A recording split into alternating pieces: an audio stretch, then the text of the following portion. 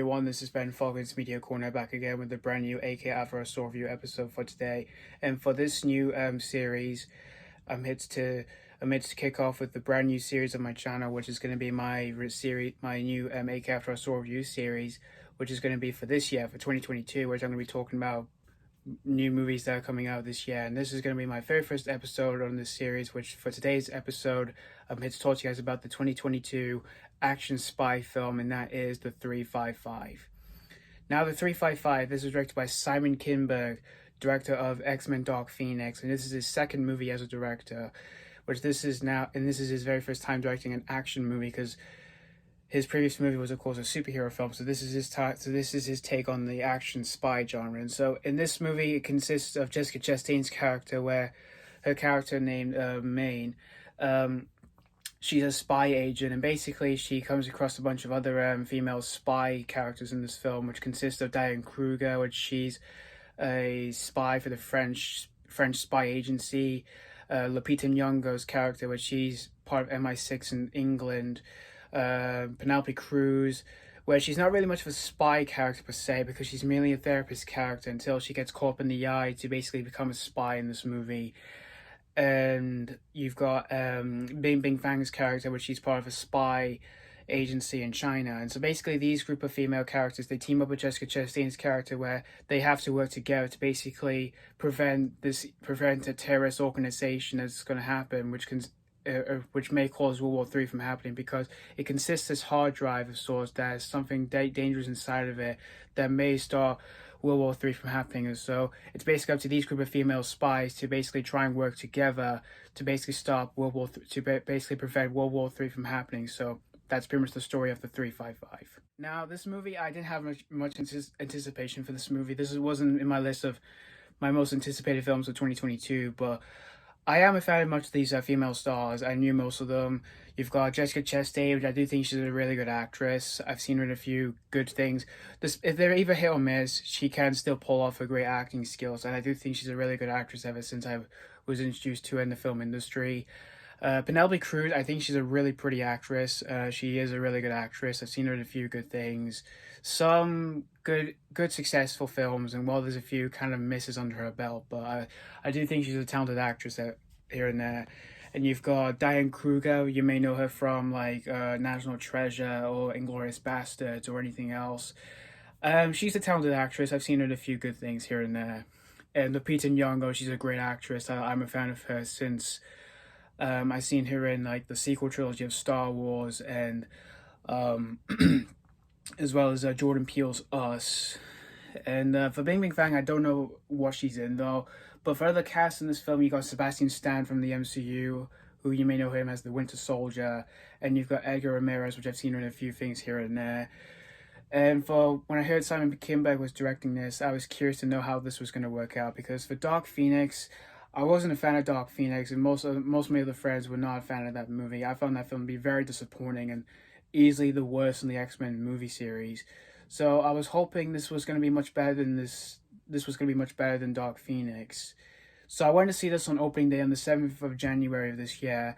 And it wasn't a packed screening, because I went to see it on a school day, because it was kind of much quieter. So, and after walking out the film, is this better than Dark Phoenix? Sort of, but it's not really saying much, because this movie, I really wasn't a fan of this movie overall. Well, I didn't hate everything about The 355. The things I did like in this movie were the performances. The main female leads in the movie, they were all great in the movie. And for the cast in this film, like I said, you've got Sebastian Stan and Édgar Ramírez. They all did good jobs. Their performances, for the most part, are pretty good in this movie. But it's the character development between the female leads in the movie, I kind of found it less interesting, because I was getting kind of bored with this movie. Like, you've got Jessica Chastain's character. She went through a tragedy until she gets more into the mission and like trying to stop like World War III from happening, because of this hard drive she has to try and get. You've got Diane Kruger's character, which she's part of this French spy industry. She feels kind of pressured and all that. And you've got Penelope Cruz's character, which her character development I didn't mind, but I was still kind of getting a interested in it because there was some other characters I just didn't really have interest of what was going on. For like, because most of them we just see like they just want to go home and just not be involved with this industry. Like for Penelope Cruz's character, like I said, she's a therapist and she has a family. She just wants to go home and just wants to support them. We see that in the movie throughout the majority of this film. And you've got Lupita Nyong'o's character. She just basically just wants to return home and just sort of like have dinner with her boyfriend. And for Bingbing Fang, she's part of this like industry of like from her father who's doing his like auction industry where she auctions off like valuable objects and stuff like that. I kind of found most parts in the film kind of boring, like not like frustratingly boring, like I just want to fall asleep and then I just want to just like go out and like say I just need to go to the toilet and then just don't come back. I wasn't like that in this movie because I was waiting for something to happen in this film. That was kind of my biggest problem with that was kind of the problem I had with this movie was the character development, but the acting for the most part were pretty good. But for action wise, the action sequences in this movie, I kind of found the action sequences kind of weak. There was some I didn't mind in the film, while there was a few I just didn't find that much memorable enough because again I was getting kind of bored with this. And the direction wasn't great for the action sequences, unfortunately, because I found the editing too quick and just not great. The action for the most part, well, like I said, there was a few I didn't mind, but most of them I just didn't find them good enough, mainly due to the editing, because the editing in the film, I wasn't a fan of the editing overall. And the story wise, I found it kind of weak and just bland and just very generic, and I totally agree because I've heard what people have already said about it. It just felt very generic of these kind of like spy films we've had before in the past. We have some pretty good spy films, in the past that are not very generic. Like the Jason Bourne movies, Mission Impossible, or James Bond, or any other spy movies that are not like violent or anything like that. But overall, the 355. It wasn't a good start for January for me. It's definitely not Simon Kinberg's worst since Dark Phoenix. I kind of say it's a bit better than Dark Phoenix, but again, it's not really saying much because there were some things I didn't hate in this film. Like I said, the only things I liked were just the performances. The performances are good enough. And there were some directed moments in the film I thought weren't too bad because there were some directed moments in the film I thought looked good enough outside of the action sequences, while the action for the most part I kind of found them a bit weak and forgettable, and the editing wasn't great, and the story I found it kind of bland and overall. But if you're a fan of spy films, or if you're a fan of any of these casts like Jessica Chastain, Penelope Cruz, Lupita Nyong'o, Diane Kruger, Sebastian, whoever, it might be a cup of tea. Who knows? But if it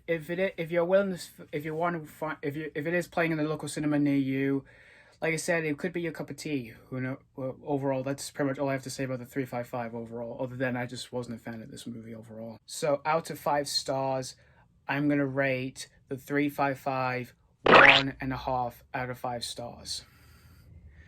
Yeah, it wasn't a good start for me. It wasn't a really good start for January, but I'm still looking forward to some upcoming stuff in January overall. I'm really looking forward to the new Scream. I can't wait to see that. I'm gonna go and see that tomorrow.